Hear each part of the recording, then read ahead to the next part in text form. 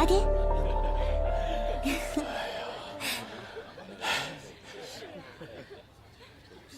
佳罗，你今天真是漂亮啊！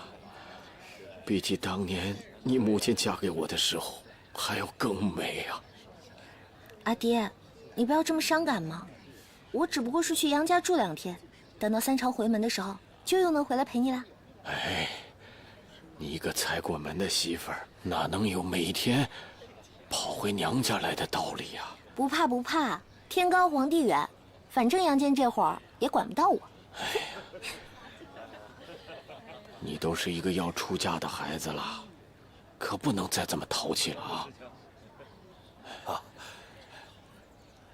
老爷，姑爷迎亲的人来了。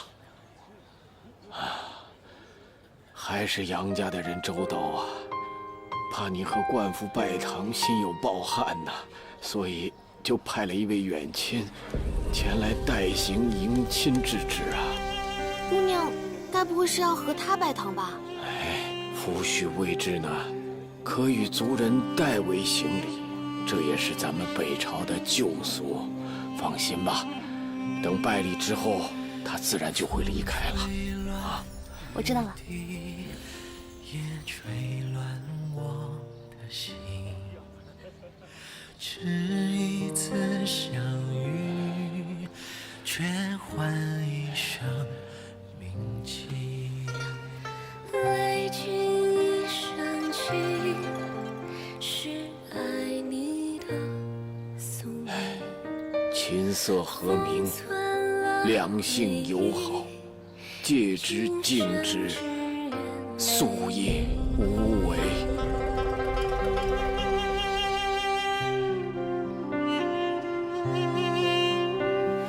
有我的心，换你是传奇。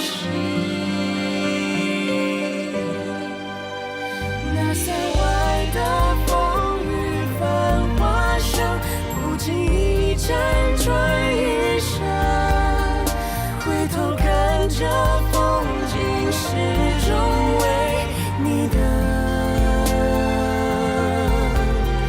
哪怕爱你世间梦已冷，愿陪你浪迹一生。那青山，这古城，因为你而变得不同。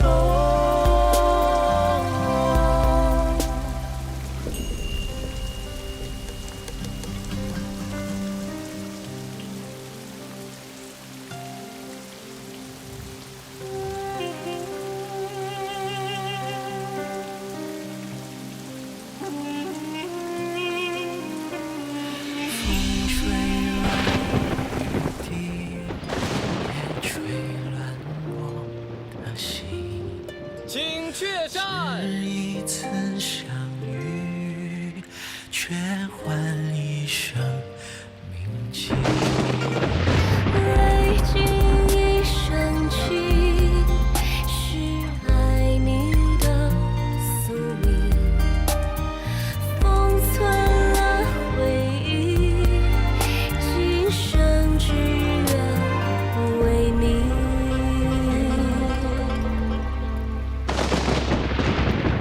那塞外的风雨繁华声，请饮合卺酒。辗转一生，回头看着风景，始终为你等。哪怕爱你世间梦已冷，愿陪你浪迹一生。风云灭，繁华谢，这份情愿为你承受。那青山，这古城，因为你而变得不同。礼成，送入洞房。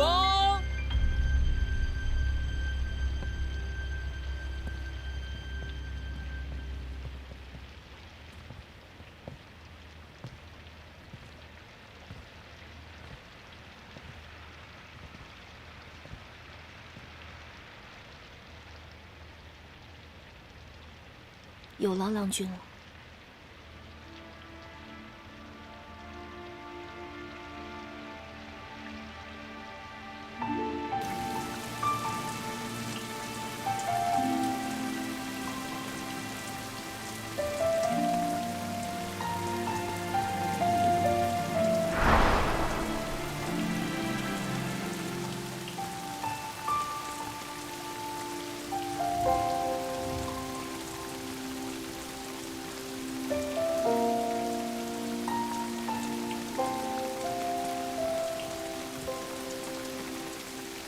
今晚有劳公子了，些微薄礼，还请您笑纳。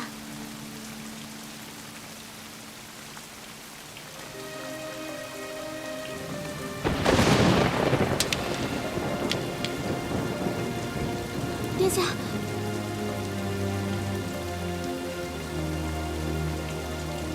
您这又是何苦呢？他虽为弃养父，但我却只为跟他饮了这杯和亲酒，终身便再无遗憾了。这不是梦。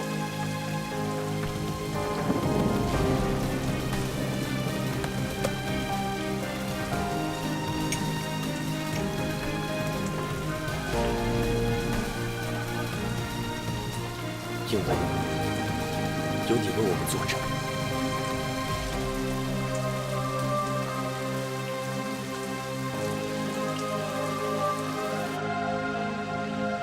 对不起了，不过还是谢谢你。等你从京城回来以后，我再请你喝酒赔不是。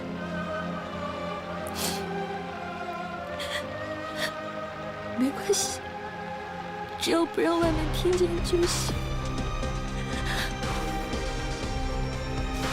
一时，佛在舍卫国，骑术给孤独园于大比丘，众前250人去。哎呦！如来说诸行，切为非行，是名为行。所以者何？须菩提。佛说微尘众，既非微尘众，是名为尘众。一切有违法，如梦幻泡影，如露亦如电，应作如是观。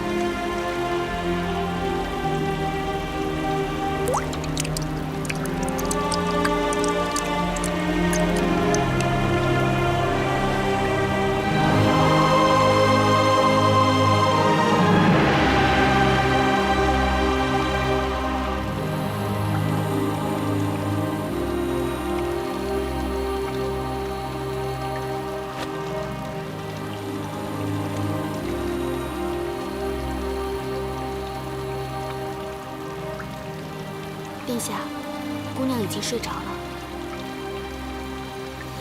明天他还要应对这里很多下人，你们好好帮帮。谢谢你。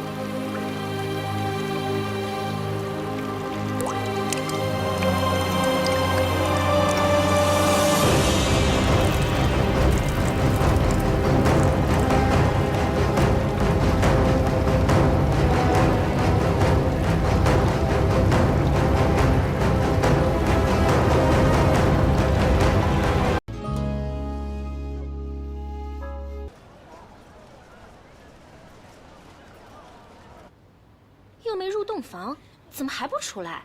倒叫我们等着。人家也怪可怜的了，等等又怎么了？我来京城那么多年，就没听说过世子不在，世子夫人倒先进门。看来他们独孤家真的是不行了。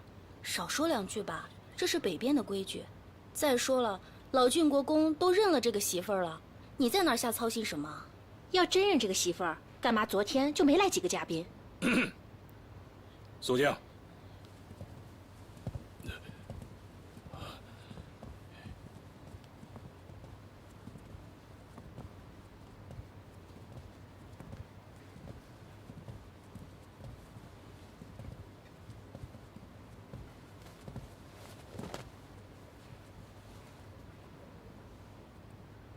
参见世子夫人。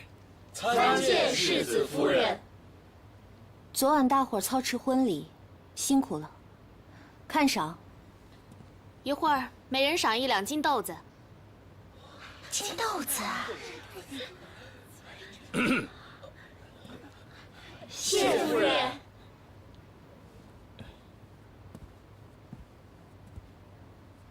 这是郡公爷让老奴准备好的账本和对牌，他老人家吩咐了，以后京城郡公府中就由您来当家。谨遵父亲吩咐。既然父亲让我主持钟会，那我也不好推辞。各位都是府中的老人了，还望日后多加勤勉。是。东曲是我的贴身侍女，以后也兼着府中的内管家之职。限大家3日之内，将自己的籍贯、职业、品性、亲戚关系、来府中的年限，以及所受的奖罚，一一记录下来，交给东曲，以备我日后查验。世子夫人，以前这府中可没有这个规矩啊。管家，有一句老话，叫做“一朝天子一朝臣”。我年纪轻，不知道怎么解释，您给我说说可好？夫人刚说的话都听清了。各处的管事也要对手下人的履历负责，若是被我查出有造假误谬之处，自上而下通通株连。若是不识字也不要紧，我这儿有的是会写字的丫头。可这也太麻烦了，咱们这些人都在府中多少个年头了，世子夫人这么做就不怕伤奴才们的心？赏他40贯钱，再毁了生契文书，请他出府。是。世子夫人，您就饶过奴婢一回吧，奴婢再也不敢了。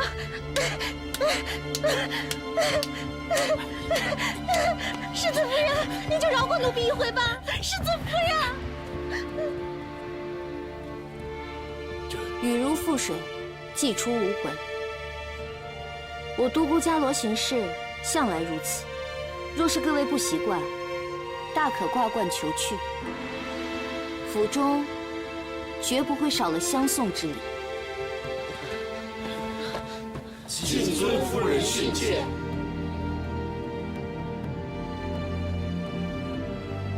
不愧是皇后的妹子，恩威并施，可真是威风啊！可刚刚带走的那个是世子乳母的儿媳妇，等世子回来了，唉，不定该多生气呢。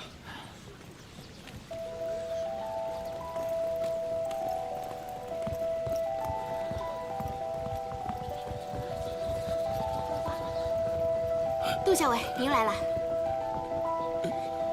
冬雪，这是怎么回事啊？钟叔，这是世子夫人的卫队，你把西边的宠武院拨出来，给他们先住着，以后一应开销都不走宫中，我这儿自会拨出钱来。世子夫人，还有军队？是啊，圣上亲赐的，还有名字叫祭慈军呢。对了，您不会忘了世子夫人身上还有郡主的爵位吧？啊，里面请。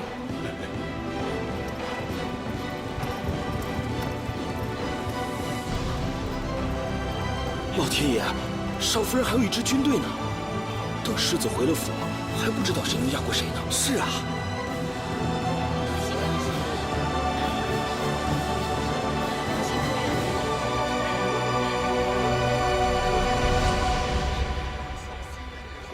这一进门就给杨坚加封，他还真是旺夫啊！是啊，这圣上皇后摆明是给他撑腰嘛，连太师都送了重礼来，还指明是送给他的。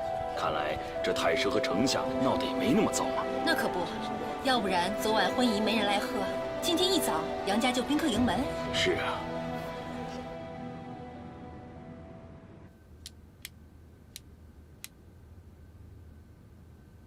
不对，你这写着去年府中总入8210斤，其中金6000两，531万贯，生绢632匹。可去年最差的生绢也有12贯一匹。这中间差的6210贯钱去哪儿了？小的不知。拿回去，重新算好了再报上来。是。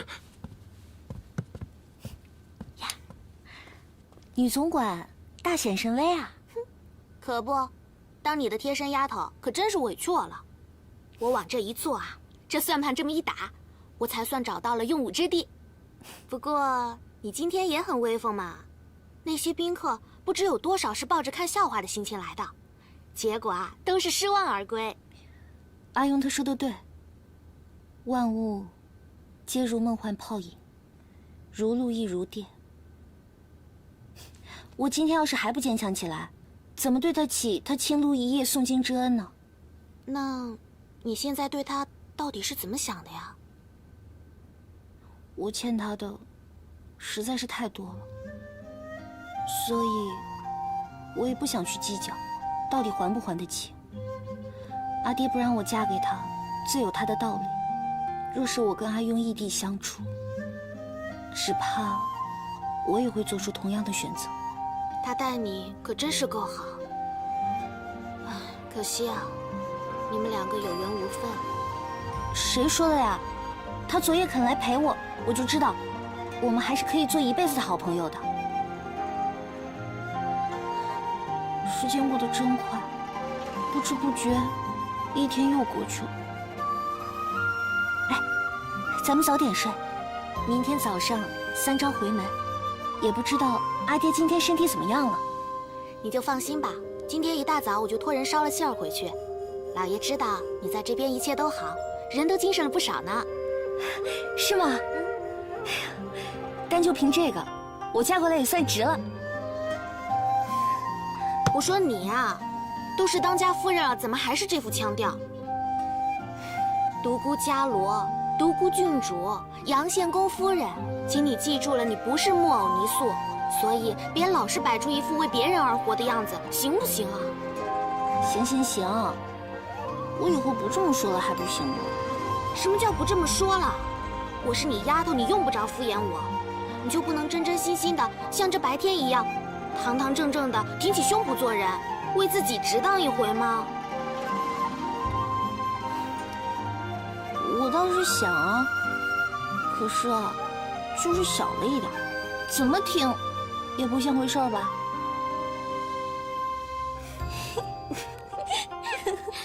到底是嫁人啦，不一样啦。不过你也不用担心，我听说呀，有了夫婿疼爱。会慢慢大起来的。冬雪，哎呀，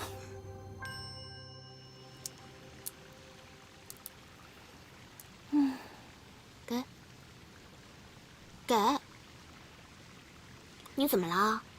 哎，怎么办啊？怎么办啊？等再见到杨坚，他就是我的夫君了，我要怎么面对他呀？怎么办？该怎么办就怎么办啊！你就当这一切都是寻常事嘛。哪里是寻常事了？他差点成为我的姐夫呀！差点可差多了。当初想过千万种未来，到了现在，我就只能被世事推着往前走，毫无半点反抗的力气。你怎么知道老天爷安排的不是厚礼，而都是磨难呢？死丫头，好话赖话都让你自己说尽了。哎呀，道理嘛，怎么讲都通，路也是一样的呀。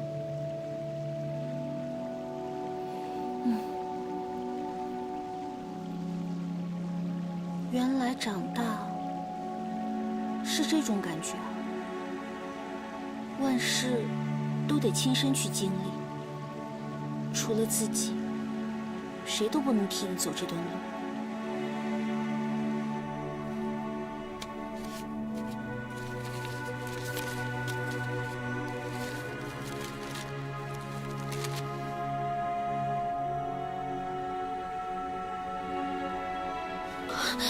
什么？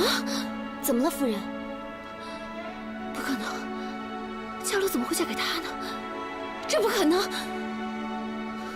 三姑娘被许给了杨世子，而且马上就要成亲了。他们不能这样做，剑哥哥是我的，不能让给别人。马上收拾东西，我要回京城去。夫人，你不能去，现在已经很晚了，有什么事咱们明天再说，好不好？他明明放过毒誓，会等我一辈子的。别废话了，我要回京城去。夫人，你不能去啊！别拽着我，你不能去，你真的不能去啊！我要回京城去。你来的正好，别拉着我，我要去见剑夫人。夫人，什么不能去？夫人，放开我，不能去！我要回京城去见剑哥哥。放开我，夫人！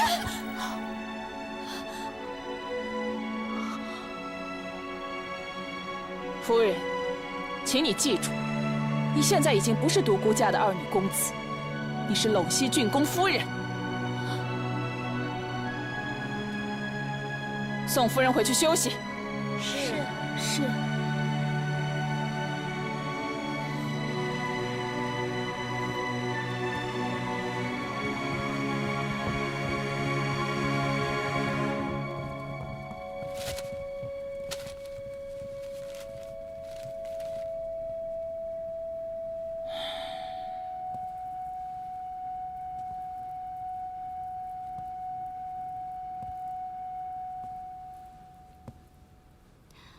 大人，夫人她有点不太对劲儿啊，要不然咱们还是把大夫请过来吧。不能请，他这不是生病，他这是借机装疯。都什么时候，还搞不清自个儿的身份？要是让大夫听到他那些风言风语再传出去的话，郡公连这半步都不会再踏起。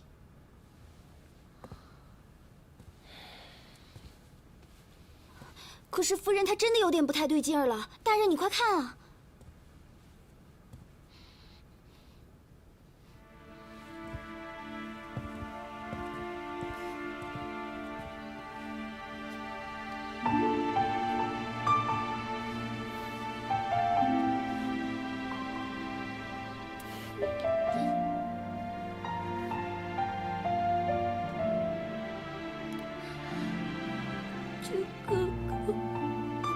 这个给我。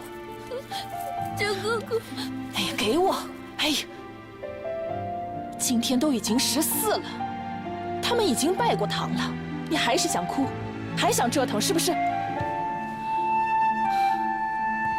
我跟你说，你前面有2条路，第一条呢，就是把这个事全忘了，继续安安心心的在这里当你的陇西郡夫人；另外一条呢，你就马上坐车，连夜赶去京城。问问你的妹夫为什么要娶你的妹妹，顺便在一个不小心弄掉你肚子里的孩子，倒也方便省事。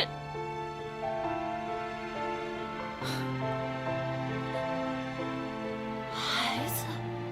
是的，我刚刚把脉把出来的，多半不会错。哦，对了，这个月你的换喜也迟了吧？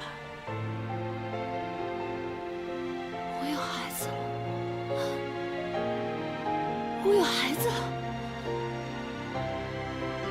2条路，你走哪条路都可以。不过以你的冲劲儿，估计你根本就没有想明白，为什么你的父亲要这么着急安排这门亲事？难道你以为你的妹妹天生就这么爱抢你的男人吗？难道不是吗？那你说为什么？因为你们独孤家要倒了。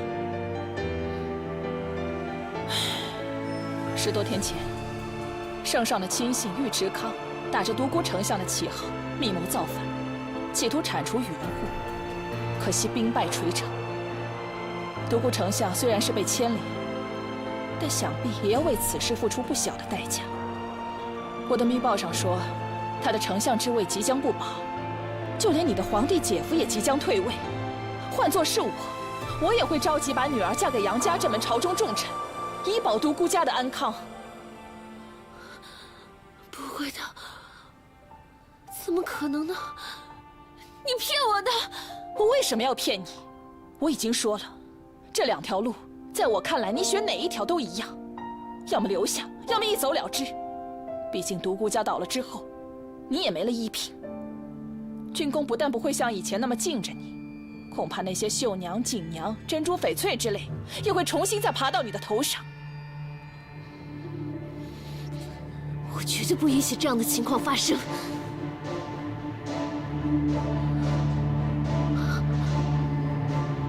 我还有这个孩子，凭着这个孩子，我就能坐稳陇西郡公夫人这个位置。你孤身一人在陇西，孤立无援。世子李成又已经长大成人，你说在这府中，会不会墙倒众人推？那我就跟他们斗。为了我，也为了我这个孩子，谁要是敢挡在我面前，我就让谁死！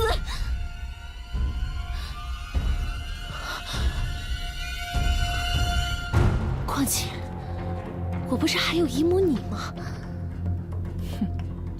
你怎么就那么确定我会继续帮着你？毕竟你已经快倒了。因为你已经无路可退了。你是般若派来的女官，如果她这个皇后退了位，若是不靠着我，你的尊荣恐怕也持续不了多久。毕竟你已经年过30，不方便回家做老姑娘。如果当初有更好的选择，你就不会这么爽快地答应来陇西了。所以现在，你跟我是一荣俱荣，一损俱损。说得不错，也不枉我这1年来对你的教导。夫人，这府中从此以后就又是咱们的战场了。你记住，夫人胎相未稳之前，她怀孕之事，绝对不可以告诉任何人。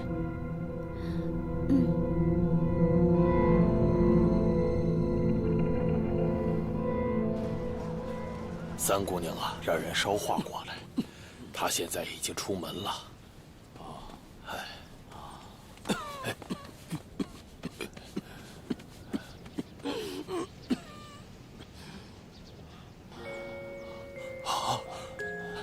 来，我给你擦擦，别让人看见了。对，别让家路给看见了。什么时候回？来了来了，三姑娘回来了。啊，伽罗回来了。阿爹，伽罗，我回来了，阿爹，阿爹。伽罗，你怎么样？这2天过得如何？爹很好啊。你呢？你过得可好啊？在那儿习不习惯呢？那些下人和管家有没有为难你啊？他们怎么敢为难我呀？我是谁啊？我是阿爹的女儿。哎呀，你瞧你，说话还这么口无遮拦的，你现在可是个主母了啊！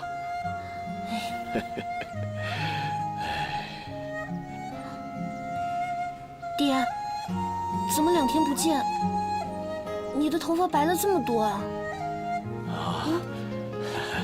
哎呀，爹的年纪大了嘛，头发白也是正常的呀。没听人说呀，这伍子胥不也是一夜白头吗？啊？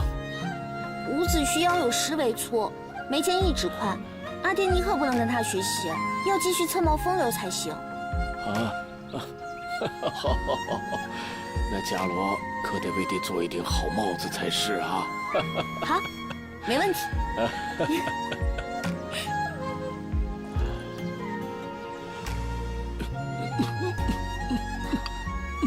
爹，快喝壶汤。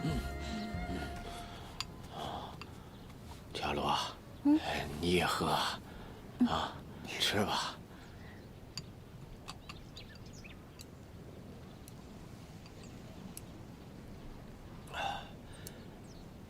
原本呢，今天早上你阿姐要回府的，可突然间又动了胎气了。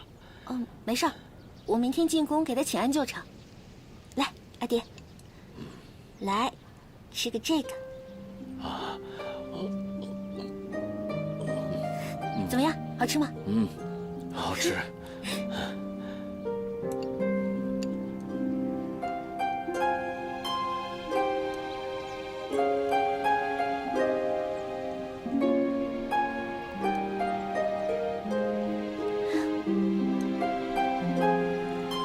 快吃啊，爹。好，爹吃。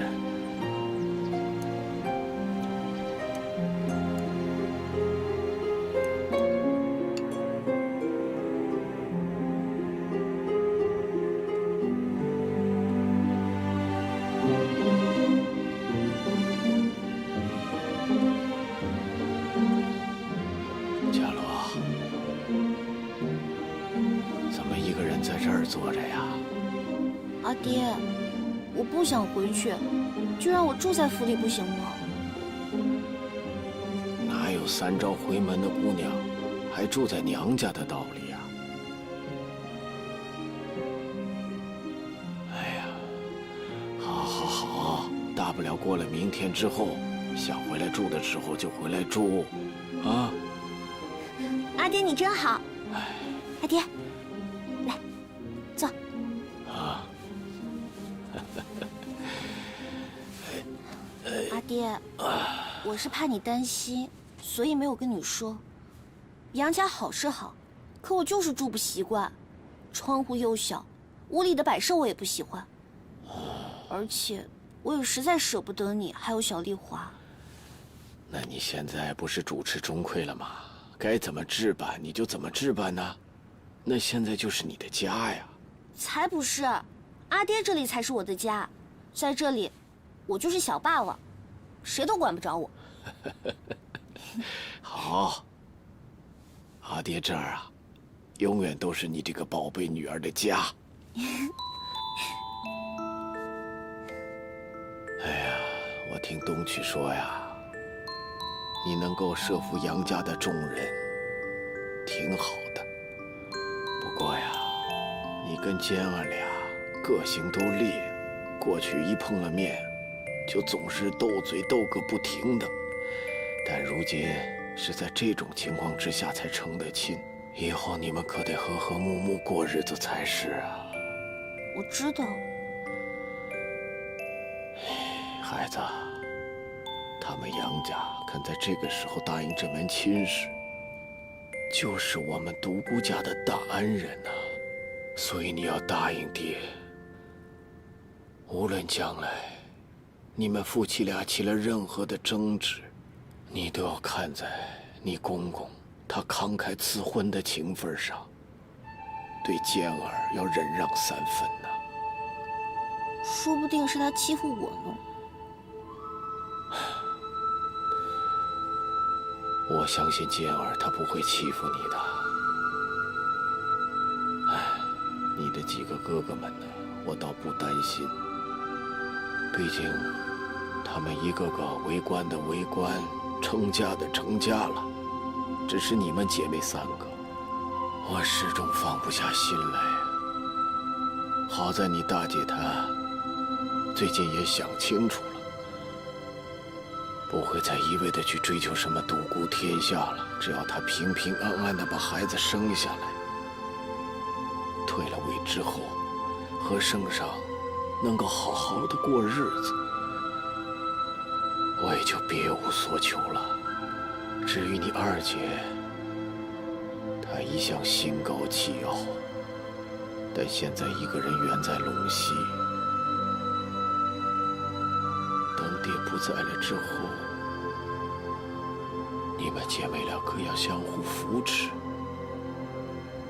不要对她记恨旧事，好吗？呸呸呸！你不许这么胡说！你要是真想他，我现在就去写信，最多1个月他就能回来省亲。伽罗呀，答应爹好吗？啊！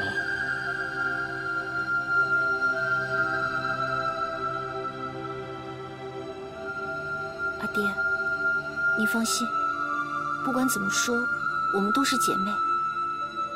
不管什么时候，阿姐、我，还有二姐，我们都会相互扶持，好好走下去的。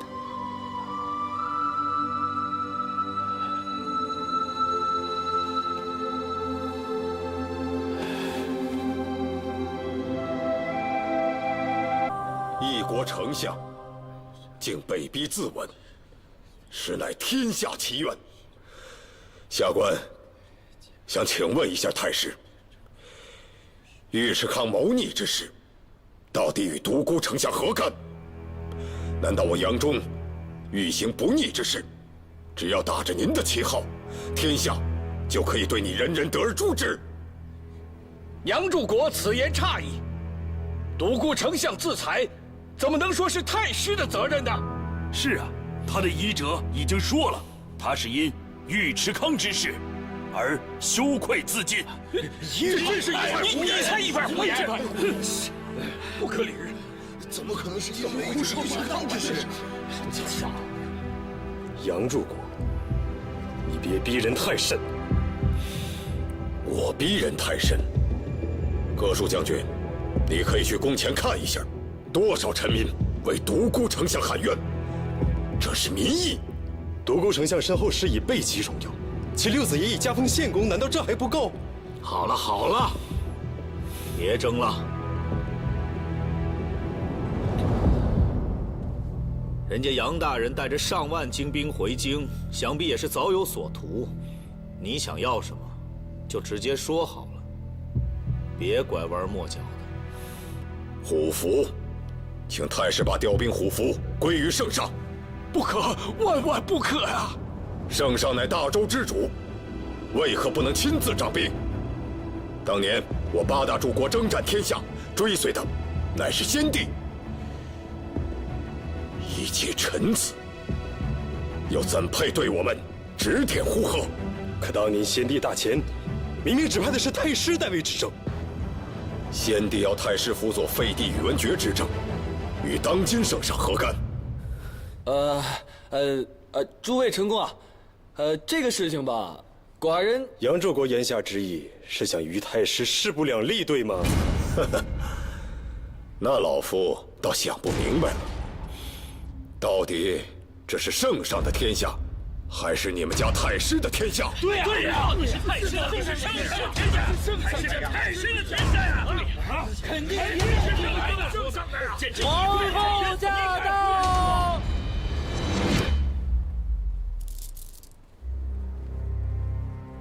恭迎皇后奉驾。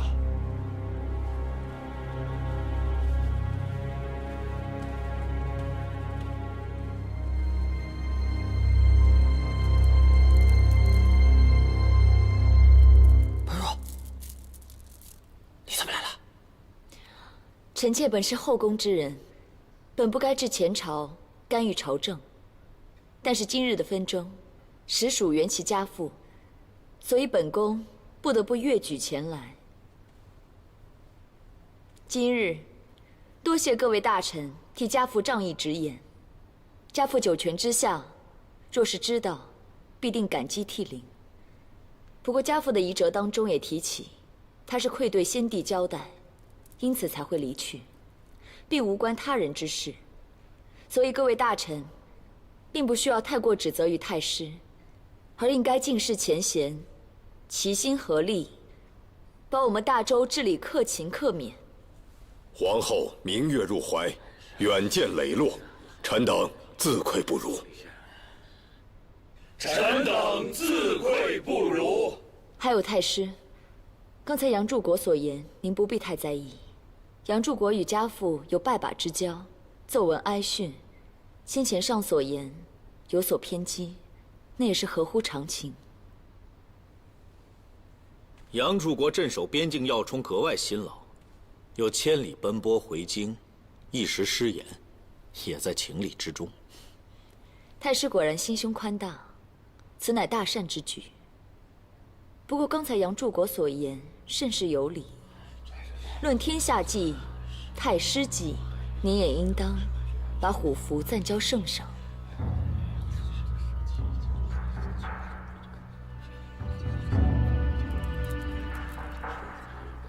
皇后何出此言？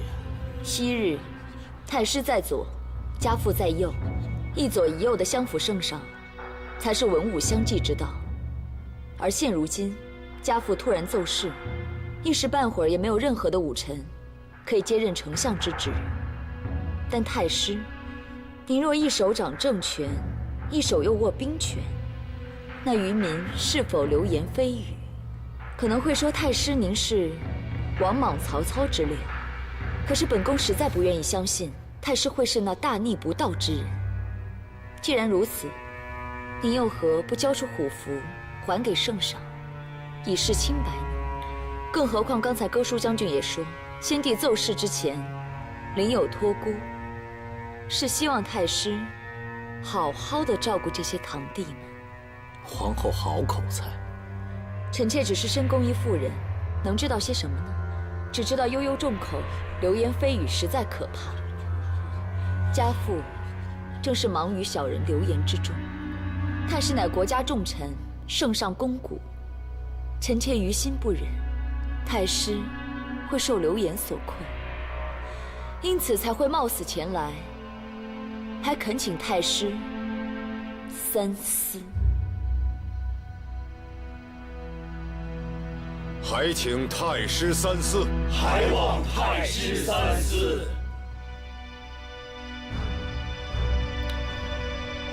多谢皇后关怀。不过臣在朝中多年，听到流言蜚语，又何止这一则？臣清者自清而已。你放心，朝中能人辈出，怎么会没有接任丞相的合适人选？依我看，郑大人就非常合适。臣愿为陛下效犬马之劳。太师果然与众不凡，可以不顾流言蜚语，那是甚好。如果倘若朝中有小人奸臣，尽信流言，那该当何罪？押上来。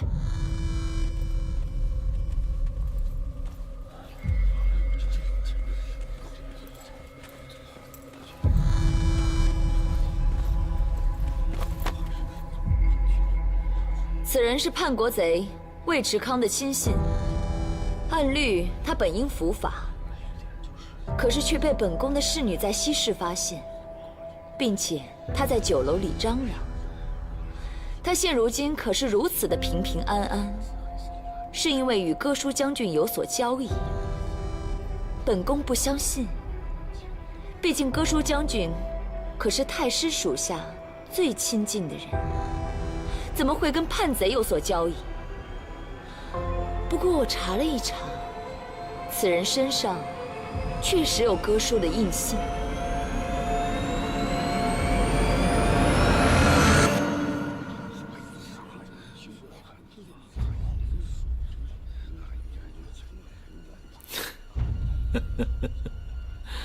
皇后所言极是，这流言为祸多端，的确防不胜防。为政清明，臣是得要交还虎符才行。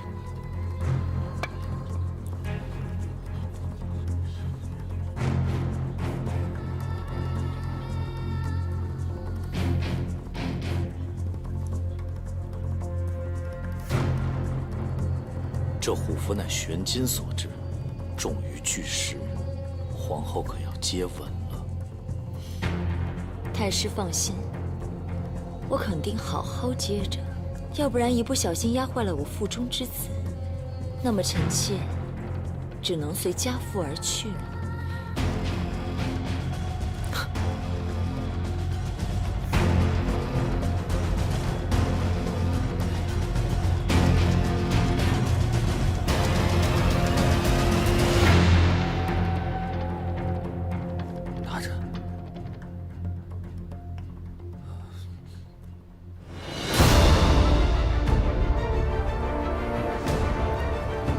恭喜圣上重掌兵权，我等诸国愿誓死追随圣上。圣上万岁万岁万万岁！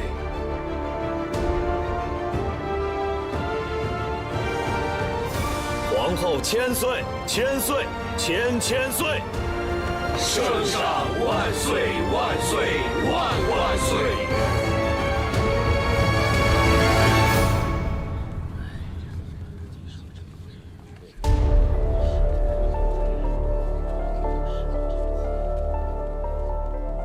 主上，是属下无能，连累了主上。你说的对，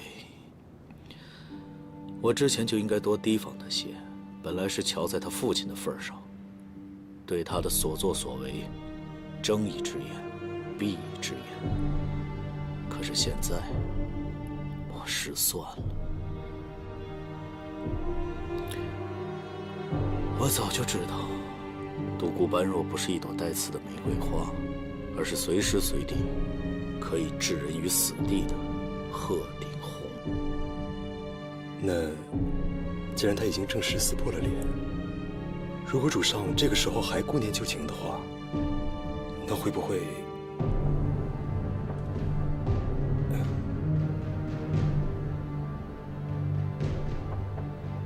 你不是早就看他不顺眼了吗？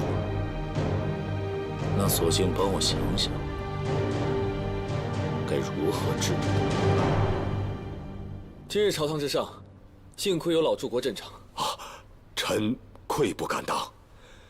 今日之功，守在皇后，愿圣上日后常纳皇后之监，以保国祚无忧。是，老柱国教训的事，寡人一定谨记。阿姐，怎么了？是不是站久了不舒服？没事，一会儿就好了。他呀，就是太顽皮。太医说了，我这一胎比上一胎还要稳固，8成是个活蹦乱跳的小皇子。咱们阿爹要是知道了，九泉之下也瞑目了。是，寡人已经想好了，等孩子一落地，立刻封他为太子。到那个时候，还望老柱国来做太子太傅。愧不敢当，愧不敢当。老柱国，如今咱们都是一家人了，不必这么客气。寡人听说老柱国您要连夜赶回蒲坂。是，圣上。齐国得知独孤丞相亡故，恐怕蠢蠢欲动，老臣必须尽快赶回。不过陛下请放心，臣会留下5000精兵，供陛下驱使。如果突发兵变，也可撑上几天。到时老臣会尽快赶回秦王。果然还是老柱国有远见。只是，寡人初掌兵权，身边呢也没有几个信得过的亲信，正在用人之际，所以把令郎留下来吧。寡人加封他为骠骑大将军，开府尹同3司，为寡人掌管京城禁军。不知道柱国意下如何？陛下重用臣子，臣感激不尽。况且他们小夫妻新婚，也该督促了，还不赶快谢恩？臣遵旨，愿为圣上前去。你愣在那儿干嘛？你姐夫刚刚为你的夫君加了官，还不赶紧谢恩？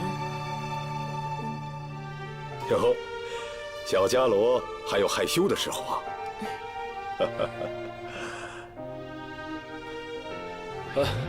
老主国，您连夜奔波，不知昨晚睡得可好？陛下请放心，昨晚虽然伽罗不在，但府里安排的井井有条。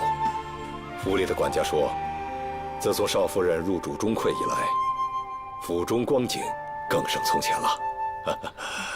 你也真是的，这公公跟夫君都在呢，怎么能不回去呢？啊？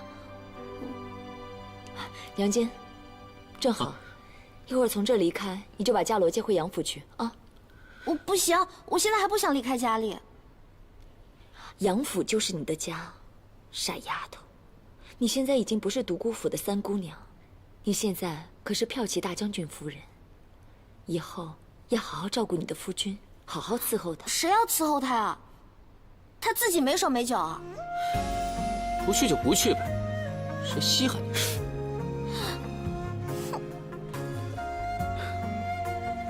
伽罗啊，今天晚上必须回杨府，这是圣旨，明白吗？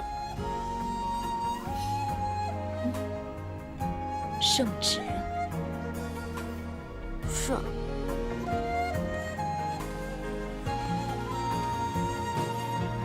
哼，还说你会做人了啊？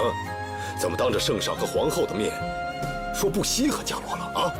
明明是他自己说不愿意来府里的。人家小女孩才多大呀，害羞你懂不懂啊？你怎么就不会哄女人家呢？啊？怪了啊！平常看你行为处事，都挺有分寸的，怎么一碰到伽罗，跟毛孩子似的？伽罗现在年纪还小，又骤经大变，一时有点不适应，也在情理之中啊。你看他哪里不好啊？不但家里办得好，连他父亲的白事也是办得滴水不漏。这次啊，能逼宇文护交回虎符，他可是立了大功啊！如此样样俱全的贤妻，你去哪儿找？听我说，好好跟他过，没错的。可他再好，也不是曼陀。你怎么到现在还是放不下呀？早先你说要娶曼陀，我就不同意。只是你一再坚持，我就没反对。先不说曼陀是庶出，伽罗是嫡出，单说他的性格和样貌，我看他就不大气。父亲，怎么了？我是他长辈，还说不了他了？你早点把这些不该有的心思放下。人家现在已经是陇西郡公夫人了，见了面要叫他叔母。可我发过誓，我要等他一辈子。父亲，人生在世，一定要言而有信。嘿，你个臭小子！我不会娶别人的，我这辈子都不会的。在我心里，我永远只有你一个人。那我就等着你，等到头发白了，牙齿掉了，我也一直等你。我杨坚对天发誓，若为此事另娶，他人必妻离子散，死于乱亲之手。禀夫人，月份渐大，胎相已稳。你下去吧。小人告退。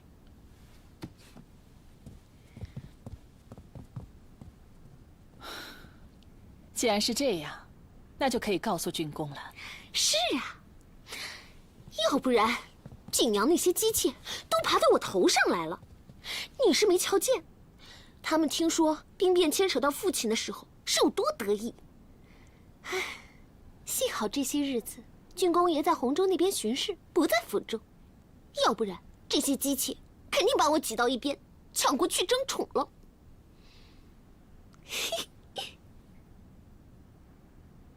哎，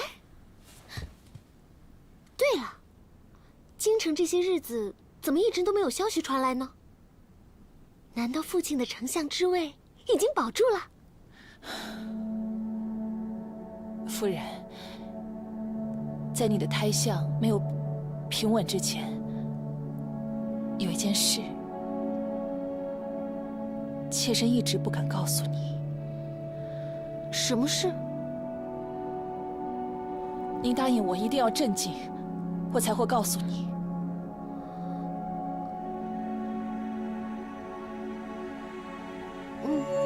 你的父亲独孤丞相已于1个月前自尽身亡了。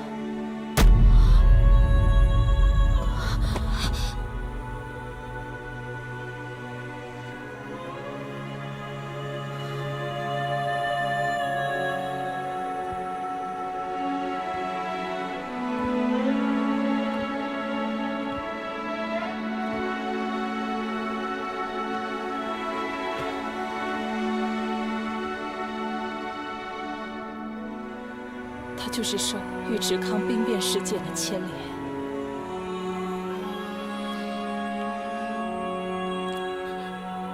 先别说别的，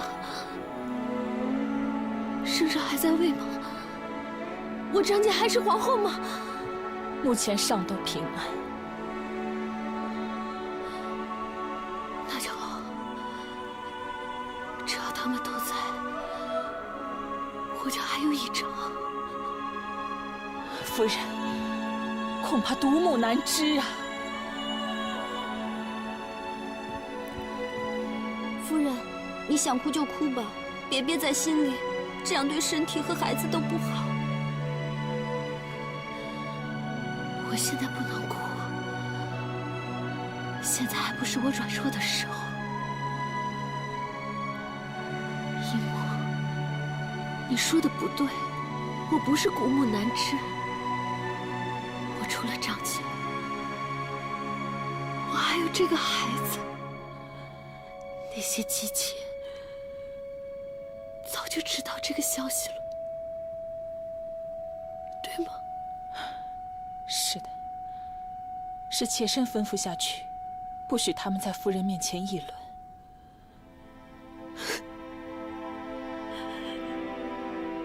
难怪他们都是那样的表情。郡公爷什么时候回府？应该今天中午就能回来。他在洪州的时候，应该已经知道了这件事情。还好。去把我那件粉红色的褂子找出来，我要梳妆。哎，快去快去！对了，记得把那盒玉荷香找出来，郡公爷最喜欢那个香味了。快去快去！是。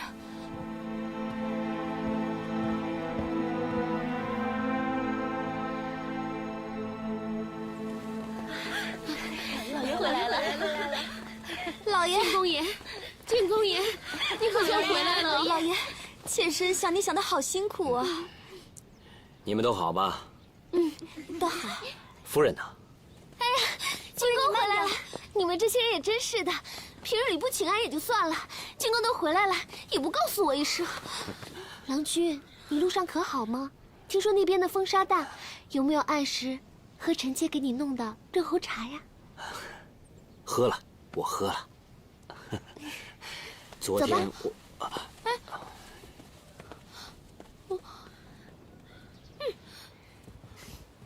知道郎君回来，妾身特意亲手备了一桌小菜，就等着你回来吃呢。啊，南陀啊，那件事情你还不知道吗？知道什么？啊，这件事情早晚都要你知道的，那不如现在告诉你。我前几天收到一封信说，你父亲他亡故了。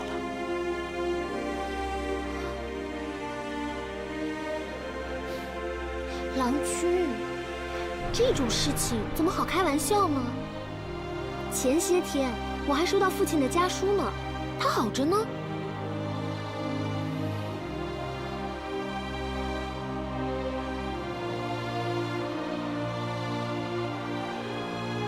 锦娘，郡公这是在开玩笑呢，是吗？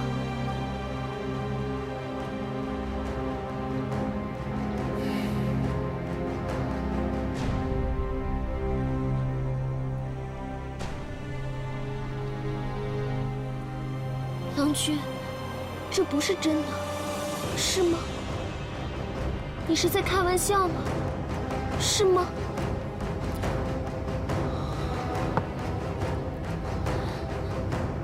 杨区，